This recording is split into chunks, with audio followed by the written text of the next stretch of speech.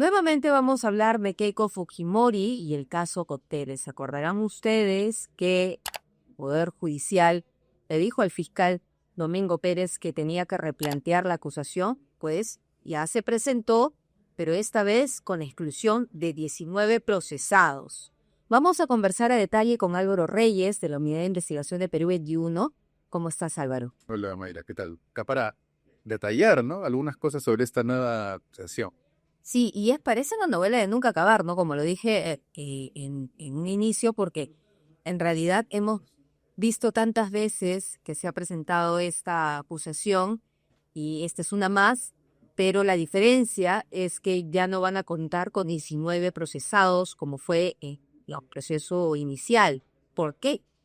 Bueno, a ver, parte de la formalidad es, para empezar, que lo que está pidiendo el fiscal José Domingo Pérez es el sobreseimiento, en otras palabras, es archivar la acusación contra 19 personas que inicialmente estaban implicadas en esta magna acusación contra Keiko Fujimori por los aportes ilícitos de campaña. Lo que menciona el fiscal Pérez en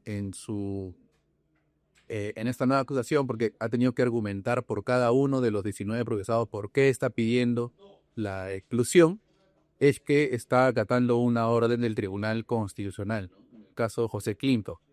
Lo que dice específicamente el fiscal Pérez, que no deja de criticar la decisión del TC, es que se está viendo obligado a hacerlo, porque el TC lo que ha señalado es que las imputaciones que el fiscal le atribuía a estas personas en la fase de investigación preparatoria tenían que haber sido las mismas que en en la formulación de la acusación.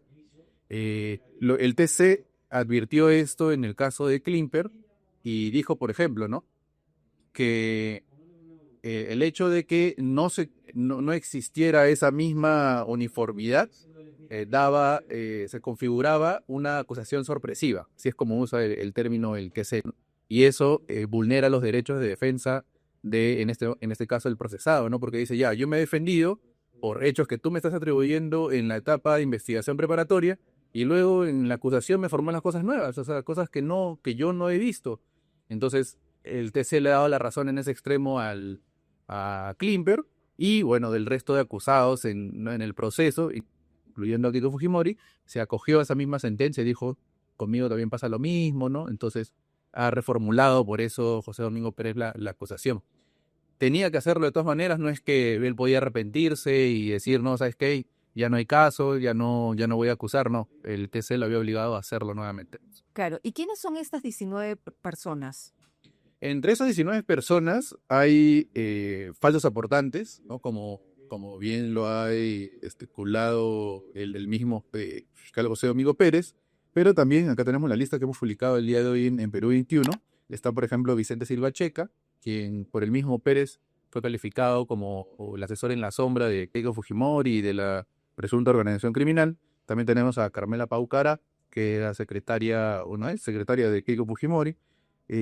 Tenemos también al empresario Ricardo Briceño, que como recordamos, él ya había conseguido una sentencia de la Corte Suprema a su favor, que obligaba al fiscal José Domingo Pérez que considerara una disposición fiscal de otra fiscalía en la que, decía que quedaba ya o no era culpable del delito de fraude en administración, ¿no? En la administración tributaria. Entonces, sí o sí, en cualquier momento tenía que ser él excluido de esta acusación, ¿no? Y así tenemos otras 14 más, ¿no?, que no son tan conocidas, pero que finalmente eran parte de la acusación primigenia.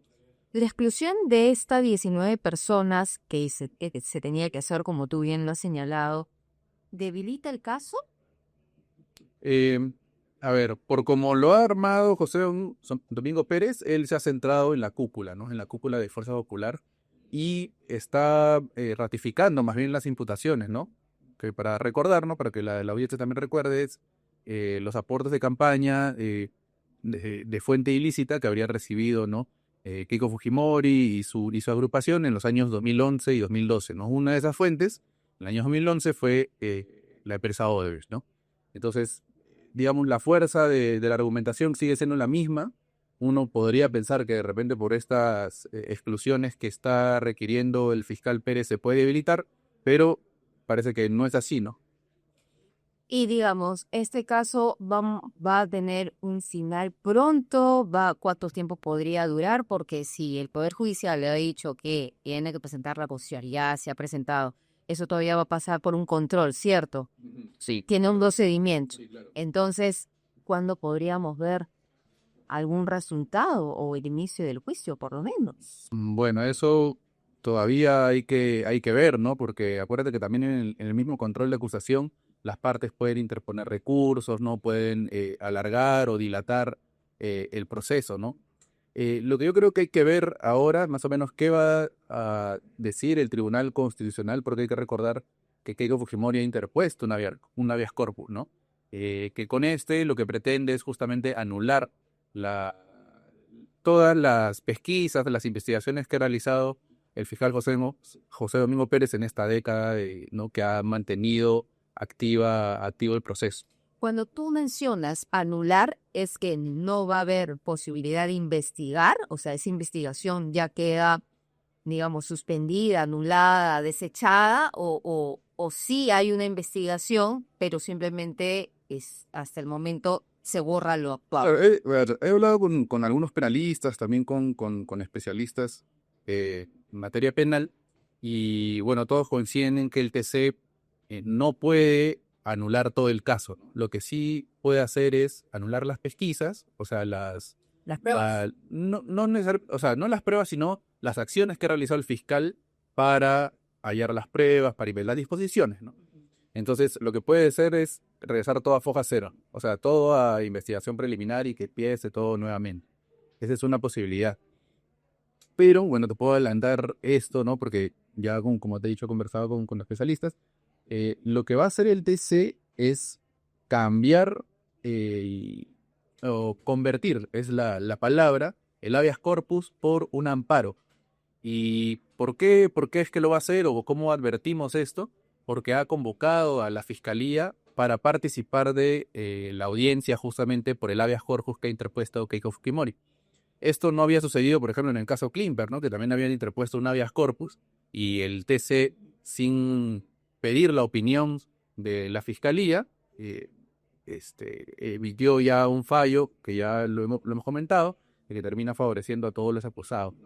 ¿Qué diferencia hay entre un habeas corpus y un amparo, ¿no? El habeas corpus se presenta básicamente cuando una persona ve afectada su libertad. Caso, por ejemplo, de detención preliminar o una detención preventiva. Fujimori no Claro, no encajaría. se ajusta, claro. El de Clipper tampoco se ajustaba, ¿no? Y en un amparo, lo que sí puede ver el Tribunal Constitucional es si se han vulnerado sus derechos ya dentro de la investigación. Como por ejemplo, Proceso. Claro, a ver, por ejemplo, ¿no? No necesariamente acá exacto. Por ejemplo, ¿no? De repente el investigado dice, ¿no? O el sentenciado, dependiendo de la situación, dice, en esta parte de la investigación no se me pidió o no se me permitió participar de una diligencia en donde yo podía rebatir las imputaciones de la fiscalía, ¿no? No me convocaron a mí ni mi abogado y eso está vulnerando el derecho a la defensa. eso podría considerarse. Y claro, podría considerarlo, ¿no? Pero hay que recordar que lo que menciona, o sea, el argumento de Keiko Fujimori es, a mí me investiga por un delito que en ese momento no era delito, ¿no? O sea, que era de los aportes ilícitos de campaña, ¿no? Es lo que menciona la defensa. Ellos dicen, bueno, esto no pasa de ser una falta administrativa y esto definitivamente no es algo por el que me deben procesar. Entonces, al convocar justamente a la fiscalía, es justamente para que la fiscalía diga, a ver, ¿qué piensas de esto, no? O sea, le está dando la oportunidad al Ministerio Público de poder pronunciarse y dar su apreciación al respecto. Entonces, lo que vemos es que esto va a suceder. Hay una intención. Claro, hay una intención del TC, ¿no? De por lo menos lavarse la cara, o de por lo menos ya, si emite una resolución, digamos, a favor de Keiko Fujimori, decir, bueno, hemos escuchado a todas las partes, y después de haberlo hecho estoy tomando esta decisión. Claro, mi opinión no ha sido sesgada ni unilateral, ¿no? Una cosa así. Una cosa así, ¿no? Claro, estoy tomando la postura de todos, entonces ahora sí puedo emitir ya mi pronunciamiento. Bueno, pero podría uno pensar que en Tribunal Constitucional de alguna forma quiso favorecer a Keiko Fujimori. Hay antecedente de eso, me hice con el caso de Klimper. Pero ¿en qué extremo favorecerlo? O sea, favorecerlo con la decisión de anular todo lo actuado y que empiece nuevamente la investigación. Sí, y otra vez tantos años, ¿cuánto tiempo más va a tomar para llegar a su final? Bueno, es una manera de verlo, sí, es una manera de verlo. La cuestión es que, por ejemplo, con Klimper también invocó o adujo que se estaban vulnerando sus derechos, pero ahí no hubo el cambio, no hubo conversión Del de habeas plus. corpus a amparo, ¿no? Entonces, lo que acá más bien parece es que el TC se ha dado cuenta que ha cometido un error o que lo ha hecho de repente sin tomar en cuenta la posición de la fiscalía y esta vez lo está haciendo. Eso puede ser muy discutido en realidad en el ámbito penal, ¿no? Si realmente el TC ha actuado bien en el caso de Klimper y ahora más bien parece que está corrigiéndose en ese sentido, ¿no? ¿Y cuál crees tú que va a ser la estrategia de la fiscalía en este caso? Porque si bien es cierto que se excluyen estos 19 procesados, el fondo del asunto sigue siendo el mismo, pero lavado de activos para muchos especialistas era un delito muy difícil de probar en el caso de Keiko Fujimori, pero también se ha hablado de que sí existe evidencia de falsos aportantes. Yo creo que esa va a ser la estrategia justamente de la fiscalía. Yo creo que sí le conviene, digamos, tener una participación, que la gente vuelva a ver, repetir nuevamente las imputaciones, ¿no? Ante la gente públicamente, para que así muestre que sí había, claro, que sí había un caso, ¿no? Eso le conviene de alguna manera, creo que la imagen al Ministerio Público, ¿no? Otra cosa es ya si el TC ve que esto es acogible o no. Y finalmente, supongámonos en el escenario de que el TC convierte ese recurso que hemos dicho de habeas corpus amparo y sale a favor de Keiko Fujimori.